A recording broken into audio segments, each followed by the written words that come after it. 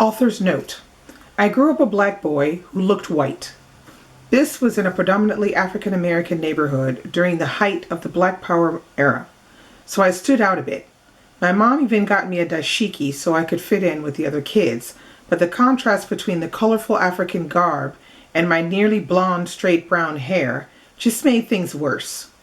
Along with my cousin, half black, half Jewish, I started fantasizing about living in another time, another situation, where my ethnic appearance would be an asset instead of a burden. We would go incognegro. We told ourselves as we ran around pretending to be race spies in the war against white supremacy. I forgot my incognegro dreams until college, when I read about Walter White, the former head of the NAACP. White was an African American, even paler than I was. In the early 20th century, White went undercover, posing as a white man in the Deep South to investigate lynchings. It was as if my little childhood fantasy had come to life. From then on, the idea continued to gestate. I started feeling that what once seemed silly was turning into something I had to write about. The birth of my twins in 2005, one of whom is brown-skinned with black afro hair, the other with the palest of pink skins and more European curly hair, brought the rest of the story home to me. Two people with the exact same ethnic lineage destined to be viewed differently only because of genetic randomness. From there, the story found itself. And now it finds you, Matt Johnson.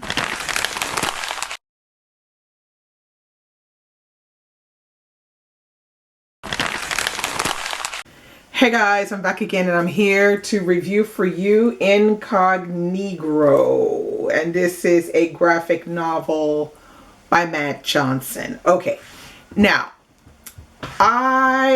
this was my first read of this month for March Mystery Madness.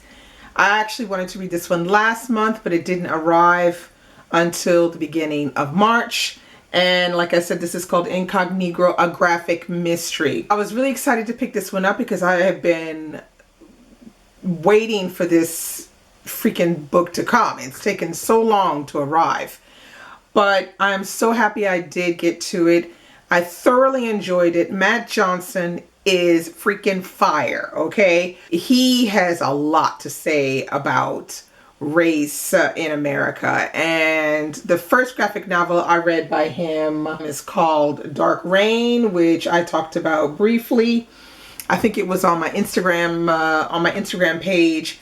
I did a quick review on there on Insta Stories of Dark Rain, which I absolutely loved. This is the second graphic novel by him, and it is drawn by Warren Pleece.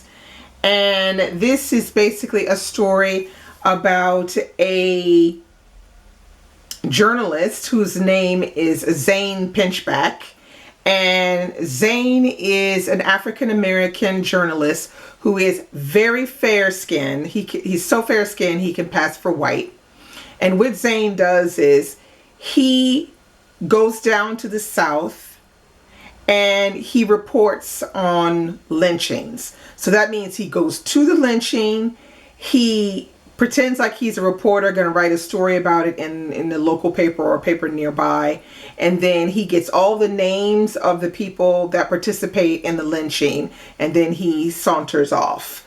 Except at the beginning of this graphic novel, that's exactly what happens. He goes to this lynching and he starts to take some of the names down, and then he's spotted by someone and they think that he is actually a black man, and he gets chased away and like he barely escapes with his life back to New York to write his story. So the Incognegro series in the newspaper is getting to be a known series that people are watching. You know, they're reading it regularly.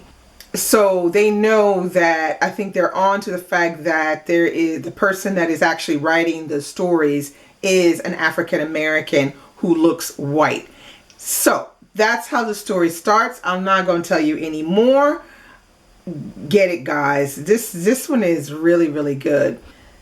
As you heard in the author's note, it gives you a little hint about the story of Incognegro, what's going to happen. I think the best thing about this graphic novel is how Matt Johnson treats race, like how he studies this whole thing and how he sets the story up.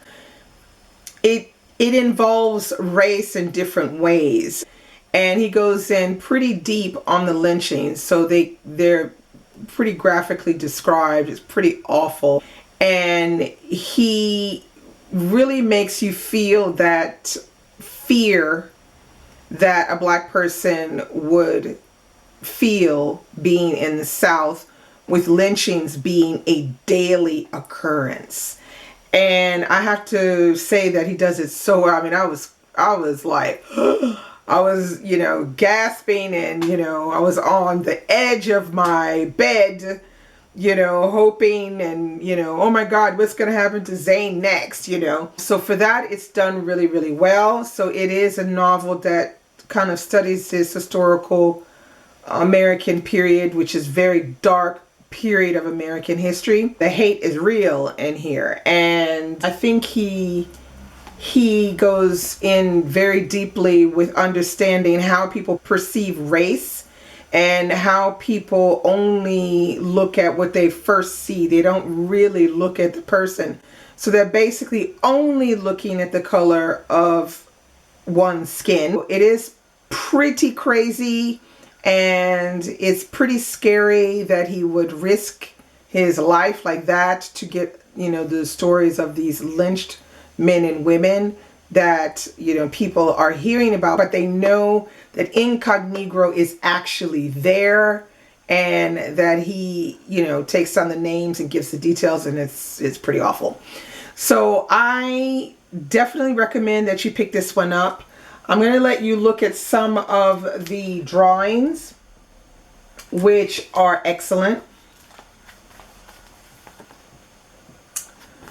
It's all in black and white, and the black and white images add to the intensity and mystery of Incognegro. Now, this is the first in what is hopefully going to be a long series, or a somewhat longish series. But the second graphic novel, which is called Incognegro Renaissance, is coming out. I think it's in November. It's coming out. So I can't wait. The storyline goes on with Zane Pinchback. Definitely check this one out. It's a very interesting read and very worthwhile. That's all I have for you today. Bye.